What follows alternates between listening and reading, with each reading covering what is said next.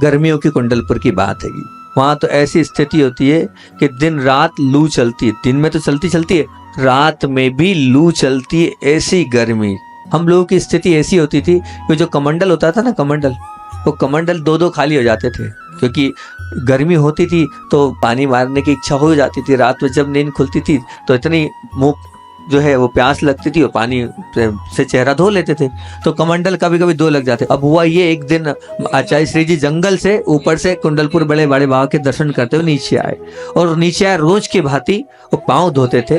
पाँव धोने के बाद जो पानी होता था अपने कमंडल का, जो पानी होता था कमंडल का, उस कमंडल के पानी को कहाँ, वो एक वहीं पर एक पेड़ था उसमें डाल देते थे। रोज की भांति ऐसा देखते थे। तो एक महाराज जी ने कहा, अभी तो पहले वाला कमंडल आचार्य बड़ा था, आचार्य से कहा, आचार्य श्री जी एक बात समझ में नहीं आती है कि आप रोज आते हैं और रोज कमंडल का पानी यहाँ डाल देते हैं, तो कभी अपना चेहरा भी धो लिया करें, और दिन में शाम को धो सकते हैं, कभी धो सकते हैं। तो आप ये पूरा पानी जैसे उस जड़ में जा रहा है, वो भी जड़ है और आपका शरीर भी जड़ है, तो इस जड़ को लग जाएगा तो क्या हो जाएगा, क्या बात है, आप अपना चेहरा क्यों नहीं धोते इससे। तो आचार्य श्री बोलते, देखो भैया, हम आपके जैसे तपस्वी तो नहीं। जो महाराज जी थे वो एक उपास ज्यादा करते थे, हम आपके जैसे तप तो कर नहीं पाते। आप तो गर्मियों में भी उपास कर लेते हो, उपास हम कर नहीं पाते। अब आपके से उपास नहीं कर, हम छोटी छोटी साधना करते हैं। हमारा भी मन तो होता हैगा कि पानी लगा लें, चेहरा धो लें, लेकिन हम ये सोचते अपने नंबर क्यों कम करें। भले इस जड़ में हम डालेंगे तो हमें पुण्य मिलेगा, लेकिन इस जड़ में अगर हम लगाएंगे तो हमारे नंबर कम होंगे, और हमें तो अपने नंबर बढ़ाना है। हमें तो